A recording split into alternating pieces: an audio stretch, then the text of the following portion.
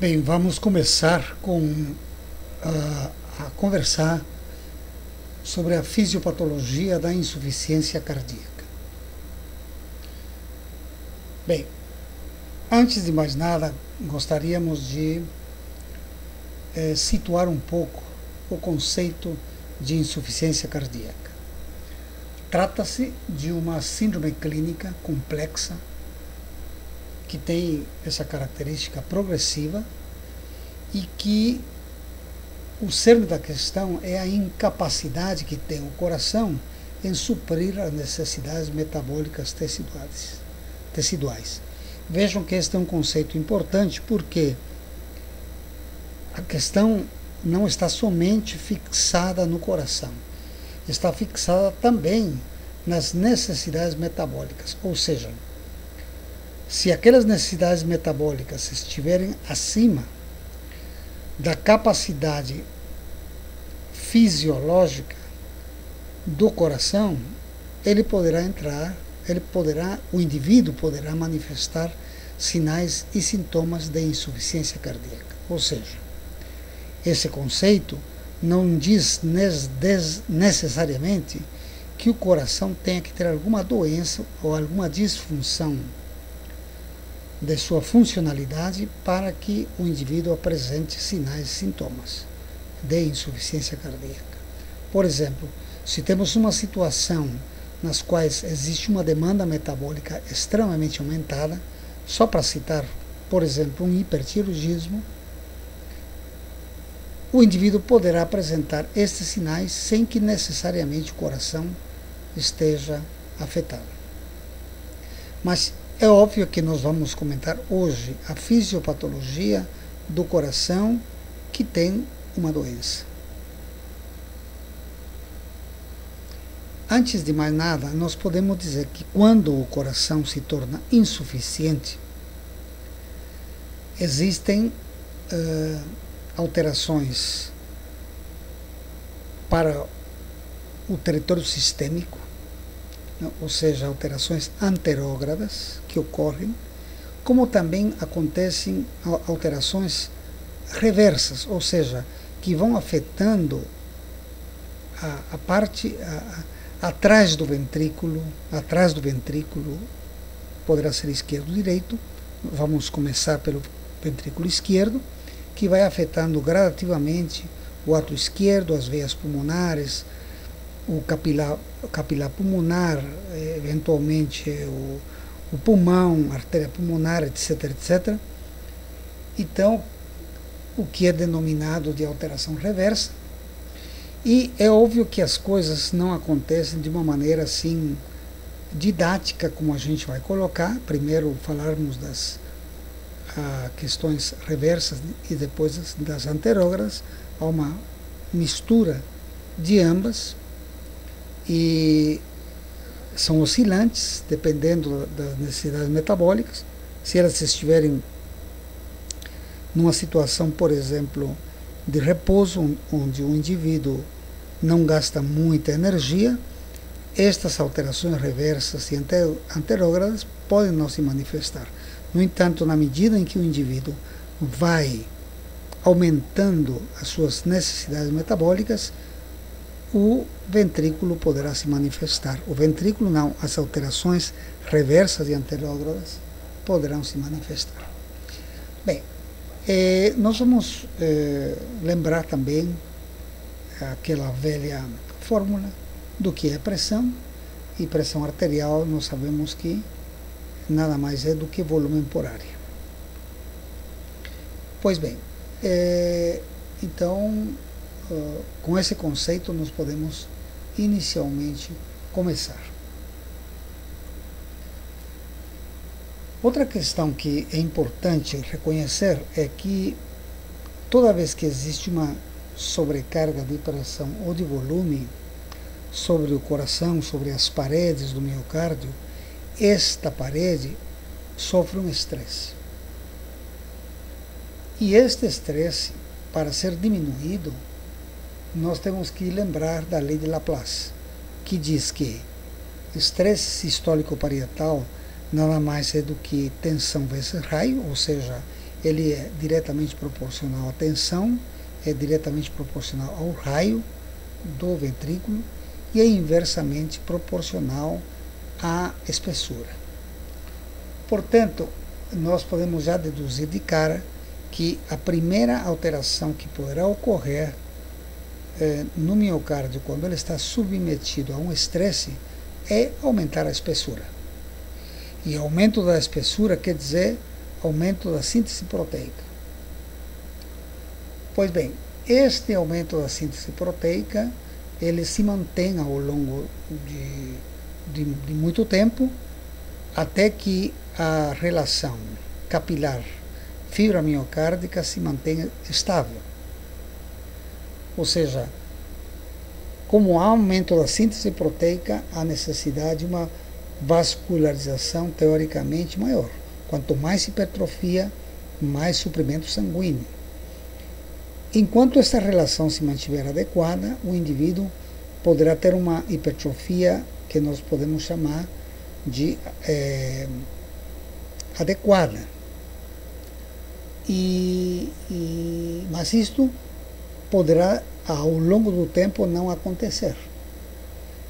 E quando começa a haver uma desproporção entre a circulação, suprimento sanguíneo e hipertrofia, começa a haver o chamado remodelamento patológico, ou seja, começa a haver uma hipertrofia inapropriada. Antes, quando havia um remodelamento fisiológico, era uma hipertrofia apropriada, agora é inapropriada. Pois bem, então, quando começa a acontecer isso, e se começa a haver alterações isquêmicas na fibra miocárdica, começa a haver aumento da produção de colágeno, vai haver um momento em que esse ventrículo vai começar a dilatar. Quando ele dilata, vai começar existem na parede do ventrículo esquerdo tem peptídeos natriuréticos, né, que vão fazer com que aumente esse peptídeo natriurético chamado cerebral, BNP, que hoje ele é dosado, inclusive ele é sintetizado a ponto de ser utilizado como um medicamento também. Pois bem, então, na medida em que vai dilatando a câmara, começa a haver a produção de BNP, e este aumento do BNP leva a uma vasodilatação. Havendo vasodilatação, há uma diminuição da pós-carga, ou seja, a resistência vascular periférica está diminuída, portanto, isso alivia o desempenho do ventrículo esquerdo. Então, esse indivíduo poderá já ter alterações miocárdicas na fibra, porém ainda é assintomático, principalmente quando não demanda muita energia, né, a atividade que o indivíduo faz. No entanto, na medida em que as coisas vão piorando, ou então o indivíduo faz atividades que estão acima da capacidade do ventrículo esquerdo, esta pressão aumentada dentro do ventrículo passa ou se transmite para o ato esquerdo, e o ato esquerdo ele não tem a capacidade que tem o ventrículo esquerdo em hipertrofiar, né? É musculatura, principalmente o ato esquerdo, apenas musculatura lisa, que não tem essa capacidade, tem um músculo estriado em hipertrofiar, como é o caso do ventrículo esquerdo. Portanto, o ato esquerdo, para diminuir a pressão, ele dilata. Pressão é volume por área. Então, aumentando a área, deve diminuir a pressão, ou controlar a pressão. Mas, na parede do ato esquerdo, assim como na parede do ventrículo esquerdo, tem também um peptídeo natriurético, que é o peptídeo natriurético atrial, que ele, entrando em circulação e chegando até a hipófise, ele vai fazer com que haja um bloqueio na produção do hormônio antidiurético, e o indivíduo então vai perder volume. Pressão é volume por área. Ele já tinha dilatação, agora vai começar a perder volume por via renal, na tentativa de melhorar essa pressão no ato esquerdo. Então são indivíduos que já começam a ter um volume urinário maior e podem começar a apresentar como primeiro sintoma nictúria ou noquitúria. Então começa a inverter o padrão, que é maior durante o dia do que à noite. Agora se inverte, é maior à noite, portanto ocorre a nictúria. Na sequência, esse aumento da pressão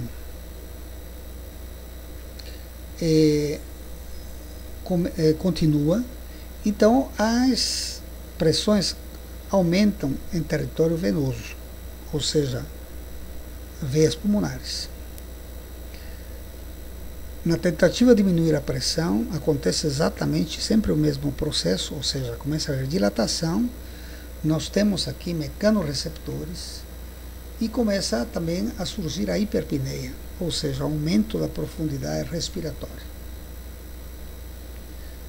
Bem, e aqui para trás agora vai acontecer um fenômeno.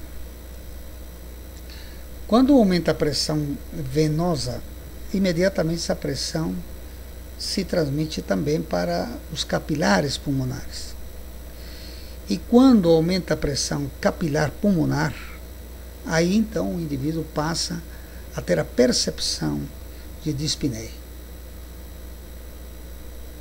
Então, quando se inicia a dispneia? Quando o indivíduo apresenta aumento da pressão veno-capilar pulmonar. Esse é o momento então que acontece a dispneia. Bem, daqui para frente vai acontecer um fenômeno ou outro, dependendo da rapidez com que se instalam os problemas inerentes a aumento de pressão, nas câmaras cardíacas com irradiação para as veias pulmonares. Se a instalação for muito rápida, não há tempo para a membrana basal do capilar se hipertrofiar. Ele tem também musculatura, então ela se hipertrofia. Então a membrana basal hipertrofiando, essa pressão do capilar, ela não se transmite de uma maneira tão rápida para o território pulmonar, como seria numa fase mais lenta de instalação da insuficiência cardíaca, mais lenta quando já existe hipertrofia. Então, não havendo hipertrofia, ou seja, numa instalação mais aguda, este indivíduo vai acontecer com ele que essa pressão se transmite para o espaço intersticial, E claro, com isso, carregando volume, carregando plasma. Então começa a ocorrer a congestão pulmonar. Então, a esta altura, o indivíduo, ele já tem, além da dispneia, ele apresenta também ortopneia, dispneia paroxística noturna, apresenta tosse noturna, e num primeiro momento em que aumenta esse líquido no tecido intersticial, há um comando, para que o sistema linfático consiga drenar aquela quantidade excessiva que tem dentro do interstício. Então, durante um certo tempo, o indivíduo já tem um pouco de congestão pulmonar,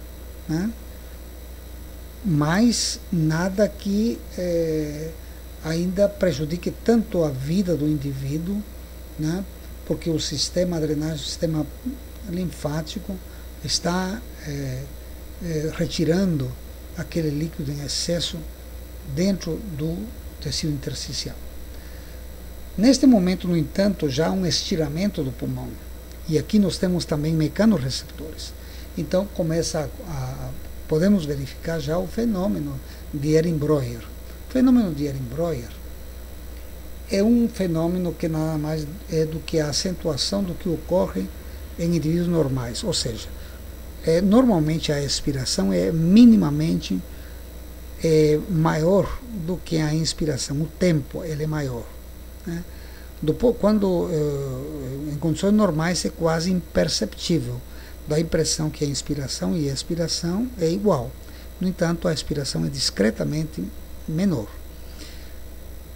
No entanto, quando existe esse estiramento, isso se prolonga.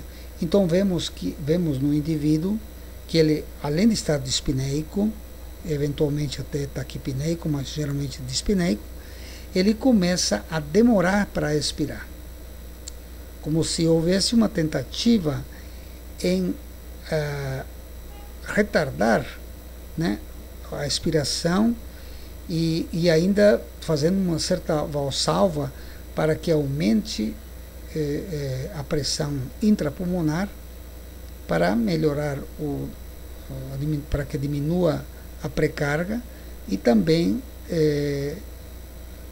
haja uma contraposição contra a pressão capilar pulmonar que está aumentada.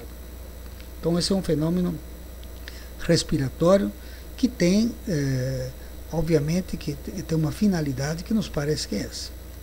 É retardar esse processo de entrada do líquido dentro do alvéolo. Mas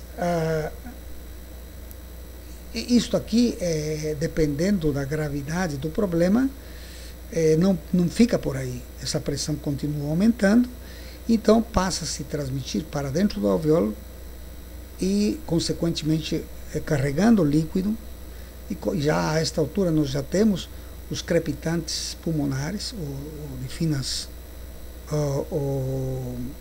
estertores finos, que falam a favor da congestão pulmonar. Na sequência, se o processo não for debelado, começamos a escutar os estertores subcrepitantes, ou seja, bolhosos, finas, médias, grossas bolhas, dependendo da altura, se é bronquíolos, brônquios menores, bronquiofonte, enfim. Então nós já temos os estertores subcrepitantes, finas, médias ou grossas bolhas, e eventualmente nós podemos escutar também roncos e sibilos.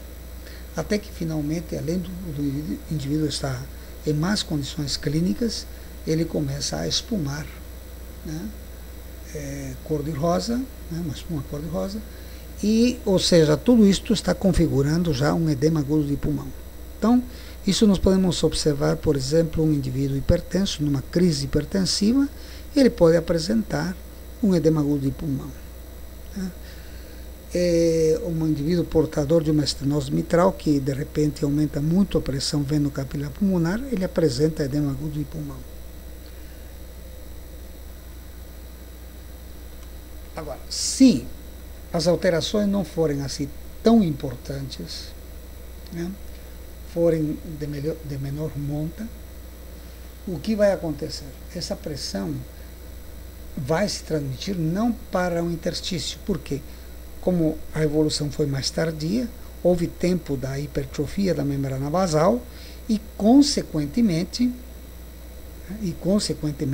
houve dificuldade de transmissão da pressão e líquido, o plasma, né, para dentro do tecido intersticial. Então essa pressão vai se transmitir para onde? Para a região pré-capilar.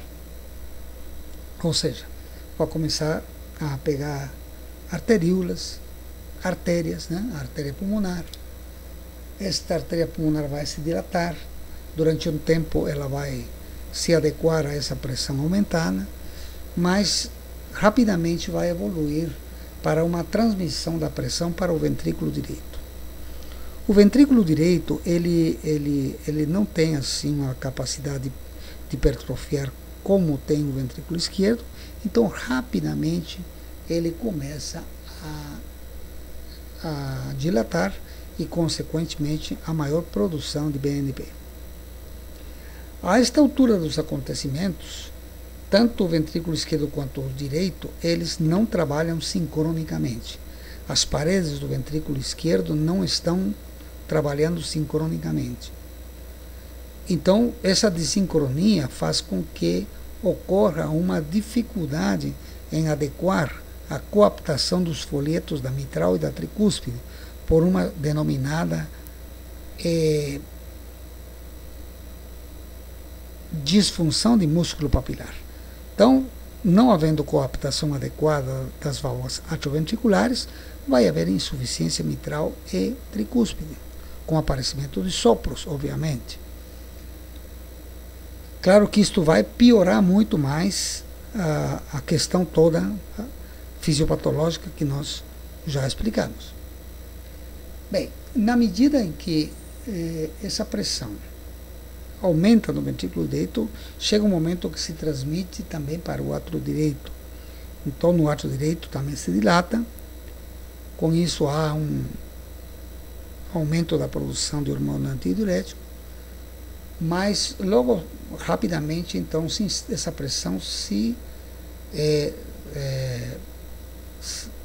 ela se transmite para as veias cavas, tanto superior quanto inferior. Quando aumenta a pressão na veia cava, esta veia cava se dilata, as veias hepáticas se dilatam e, consequentemente, começa a haver hepatomegalia. A pressão é aumentada intraabdominal agora, veias hepáticas, a veia porta, vai dificultar também o retorno venoso.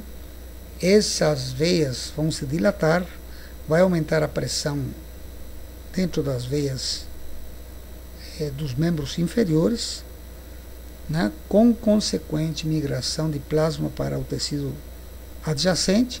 Então vai acontecer o edema de membros inferiores.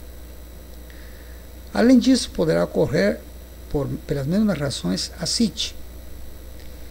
E um fenômeno que ocorre provavelmente devido a uma inadequação do retorno venoso do pulmão, principalmente pulmão direito, além de ser maior, ele é menos eficiente do que o esquerdo para drenar esse sangue, esse plasma aumentado, então poderá ocorrer o derrame pleural. E a consequência do aumento na veia cava superior vai levar a engurgitamento das jugulares. Inicialmente, e bem inicialmente, ou melhor, durante muito tempo vai se manter assim, principalmente do lado direito, que tem uma comunicação direta com o tronco braquiocefálico venoso direito, enquanto que da esquerda vai demorar mais tempo porque ela drena na veia braquiocefálica, a veia braquiocefálica vai dilatar, isso vai fazer com que demore mais para instalar-se o aumento da pressão na jugular esquerda. Portanto, nós devemos inicialmente sempre procurar a estase jugular do lado direito. Então, resumindo, as consequências da insuficiência cardíaca direita vão se manifestar por estase jugular, derrame pleural à direita, principalmente, hepatomegalia, eventualmente ascite e edema de membros inferiores. Então, com isso, nós temos uma ideia das alterações reversas, né, da insuficiência cardíaca. Em relação à insuficiência cardíaca anterógrada, as alterações anterógradas, a primeira questão que ocorre é que, assim que existe uma queda do débito cardíaco, o rim interpreta isso como uma perda de volume, como se o indivíduo estivesse perdendo sangue. Então é acionado o sistema renina-angiotensina, tá? E cuja resultante final é angiotensina 2. E esta angiotensina 2, ela vai provocar o quê? Vasoconstrição. Né? Vasoconstrição, e vai estimular também a suprarrenal, aumentando a produção de aldosterona, que vai reter mais sódio, consequente mais líquido,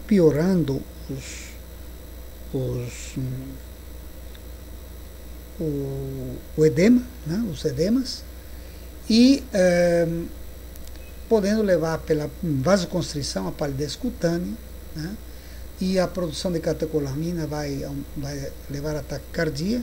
É possível encontrar indivíduos com arrítmicos, né, eventualmente uma febrícula, né, pela vasoconstrição, né, e o aldosteronismo secundário, que aumenta a retenção hídrica, né, vai, como já falamos, vai piorar os edemas, vai piorar o edema,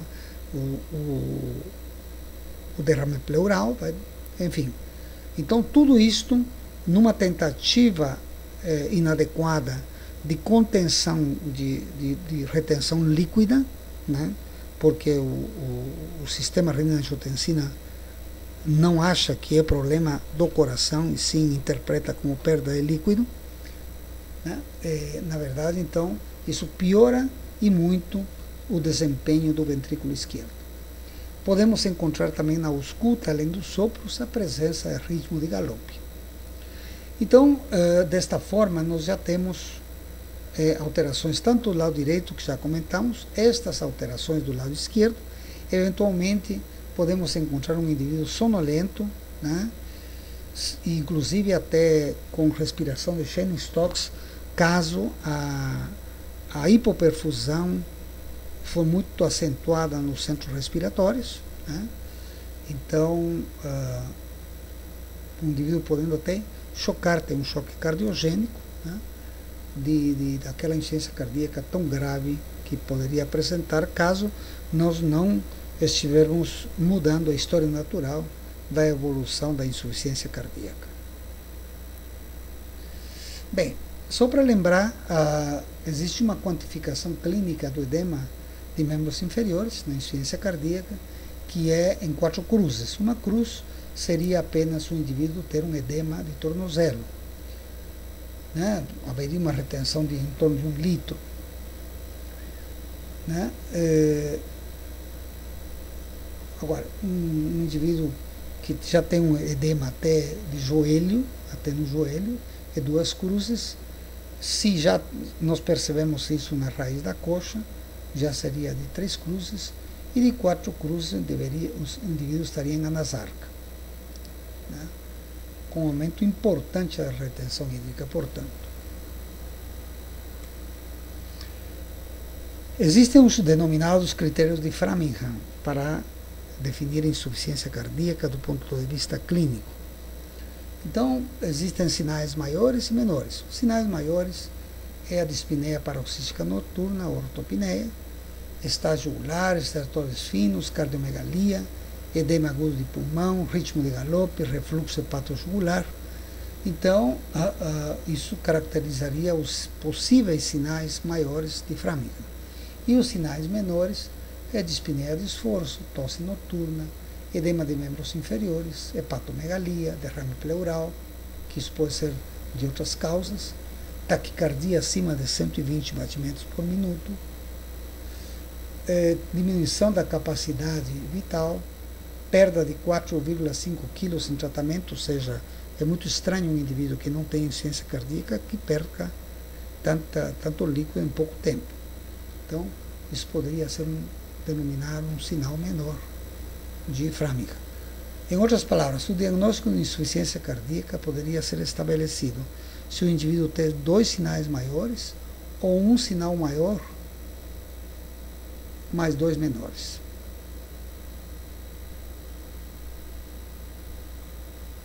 E com isso nós concluímos a fisiopatologia de uma maneira sucinta, né, a fisiopatologia da insuficiência cardíaca.